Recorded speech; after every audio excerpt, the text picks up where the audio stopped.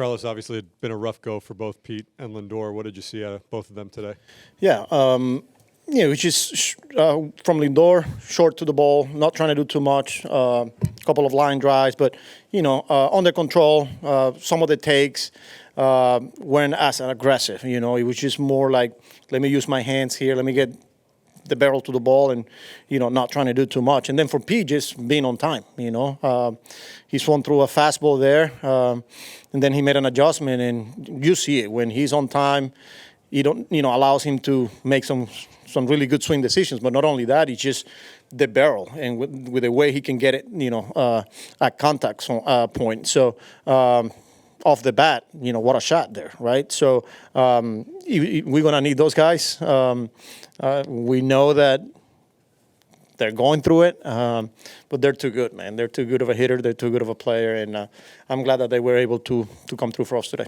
On the field, he said that the conversation the two of you had today, you just said, hey, get your foot down earlier. And he said that that's what he did. He said that? That's what he said, yeah. Look, man, it takes a village, right? It's a group of coaches, I was talking to Chavi, about it before I talked to Pete, I was talking to Jeremy about it. And they're seeing the same thing, maybe from a different voice. These guys got not only our hitting coaches, our coaching staff, but they got their own guys at times. And, but there's so many messaging. And, I just felt like today maybe just have a conversation with him. And at the end of the day, he's got to go and do it. But the hitting coaches are the ones working with these guys. So. But you did see the foot down on time today. I did. Was that the difference? Yes, yeah, yes, yeah. Peter?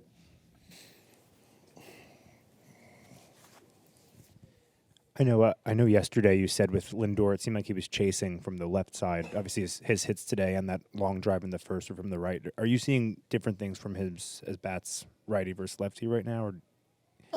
They're always different, But I feel like lefties have been giving him a little bit of trouble compared to last year, where he was crushing lefties, and in general, I think maybe getting under the ball from the right side, from the left side, obviously the chase, and maybe too big, like I've been saying it, but it happens, man, it happens. They're not going to be perfect, they're going to struggle, and the good ones, they'll find a way, and he's been doing it for a long time, right? So he knows what he needs to do. It's easy for me to sit here and say it. It's easy for people to go up to him, tell him, hey, at the end of the day, it's a feel. It's like you got to keep going out there. You got to just – it only takes maybe one swing whether, you put it in play.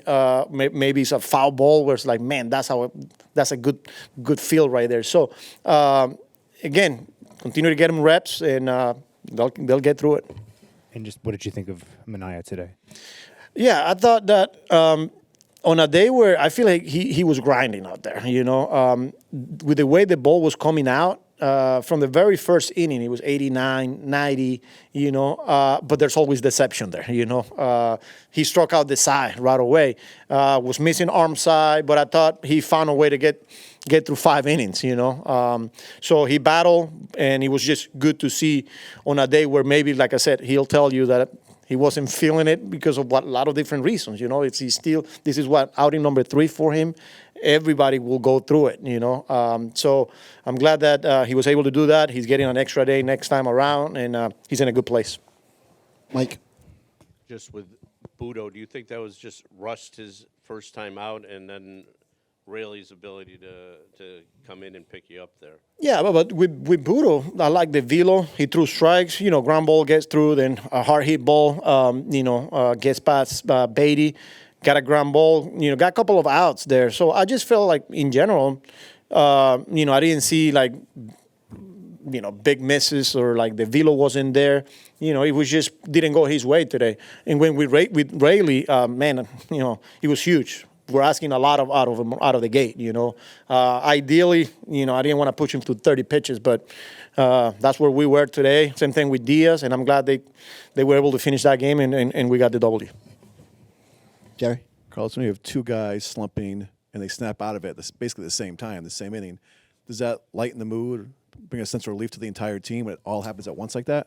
Not really. I mean, we got 13 really good position players. You know that they'll continue to pick each other up. You know, and we've seen it. You know, whether it's the top, the bottom. I feel like this past 3-4 games, the bottom of our lineup continue to contribute, picking these guys up while they're going through it. But for a long period of time, those top 5 hitters have been carrying our offense, you know. So it comes and goes. I just feel like they continue to have each other's back and they continue to step up, and that's what it takes. That's what it's, you know, a team sport. Dan. Carlos, you mentioned pushing Diaz there, just where you guys are in the bullpen. You've done it more recently with him than you did the first few months of the season. Is that a product just of where you guys are in the pen, or is there something that you see from him that leads you to?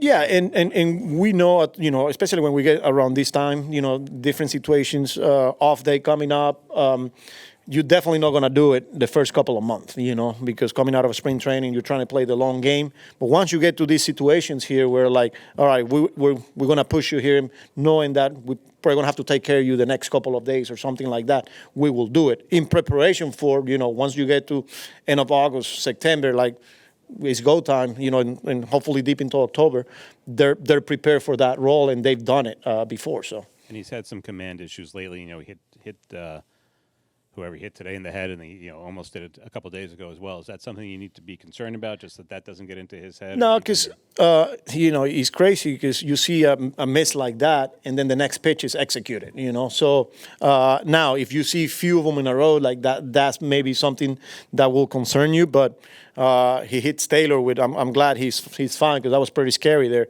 And then he goes out there and throws, and that's a fastball. You know, so no, not concerned at all. Tony. Dan asked my question, but they were obviously upset with a few of those pitches in the 8th inning, not the hit batsman, but earlier. What was your view of those? Upset with the hit by pitches? No. With the some of those calls. Oh, look, for me, from like I don't know if they were out or in. You know, from our dugout, we could tell if it's up and down. You know, so I'm not sure. I got to go back and look. You know, like the times that I've been arguing from the dugout or I've been thrown out is more like up and down. Like it's hard to tell whether they're out or not. So I don't know. I got to go back. Andrew.